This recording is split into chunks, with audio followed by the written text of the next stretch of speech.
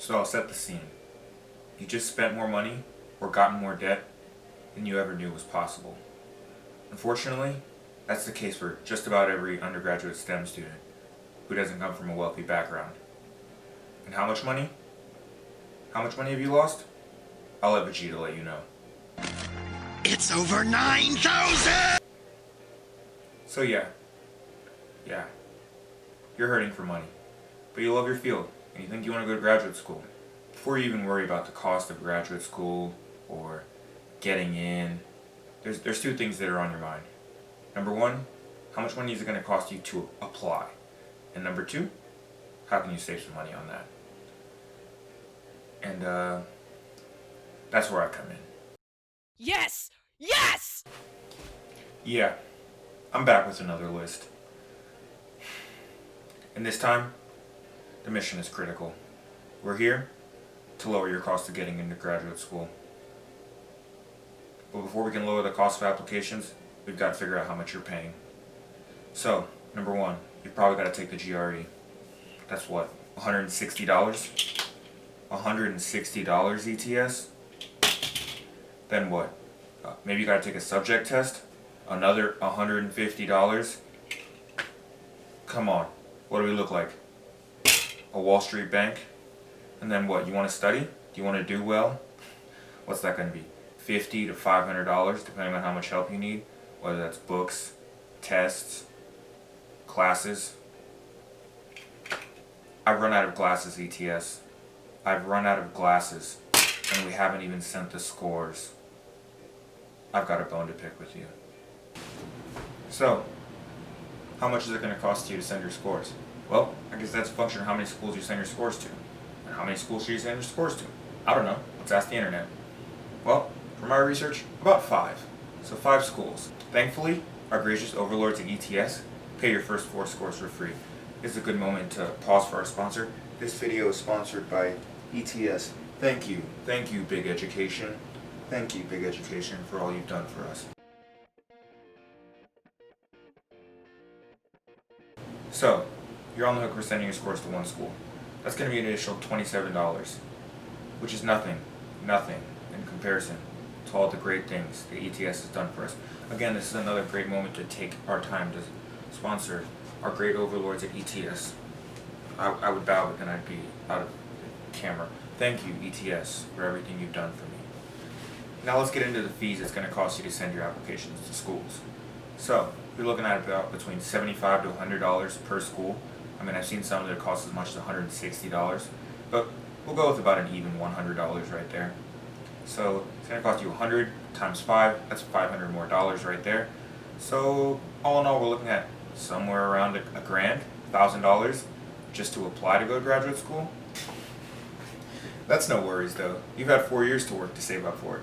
Oh wait, you're telling me that you were supposed to work for free under professors for the past 4 years and get paid next to nothing at REU programs to make your resume look good? So $1,000 might be a lot of money to you. Well, guess we've got some work to do. Side note, with Andre 3000 and the sloth, I also didn't factor in taxes at all. No taxes. No taxes. So, no taxes. Not one tax. No taxes. $0 added to tax. I'm being very conservative right now. Very, very conservative.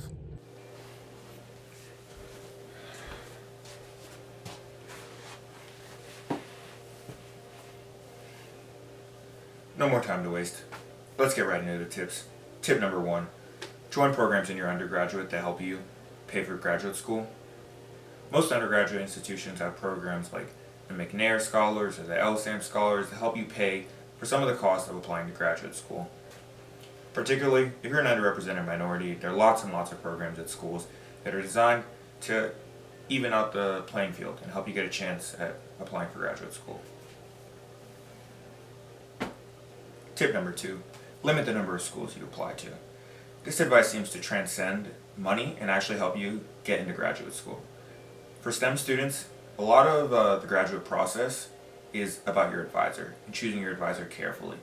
So one way to get around applying to a whole bunch of schools is taking the time out to reach out to advisors in advance and talking to them to see if they have space for you and see if they're interested and if it's a fit. That way, you can save a couple $100 applying to graduate schools, and you can know things about the advisors before you go in on an interview. Tip number 3, apply to schools that don't require the GRE.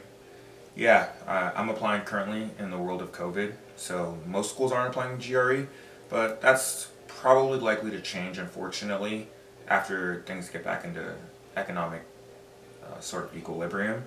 But there's going to be a lot of schools that are deciding to not require the GRE anymore, and it's probably a good thing to try to apply to those schools, because they're probably better schools, and they're looking out for you. Faculty PSA, the GRE is stupid and you know it. Stop requiring it. Thanks. And lastly, tip number 4. Ask for application fee waivers. Honestly, if you reach out to schools, there's probably bound to be some kind-hearted person there, and you might get an application fee waiver. Also, if you're in one of those programs I mentioned earlier, there's often application fee waivers for students who are part of those. And lastly, if all else fails, bonus tip number 5, fall back on GoFundMe, the savior of the working class. May the Twitter algorithms forever be in your favor. I think that's the thing from the Hunger Games. I haven't seen it in a while, so don't get mad at me if that was wrong. Anyway, if you enjoyed the video, like, comment, subscribe, share, all that cool sort of stuff. Thanks for watching. Mr. List, out.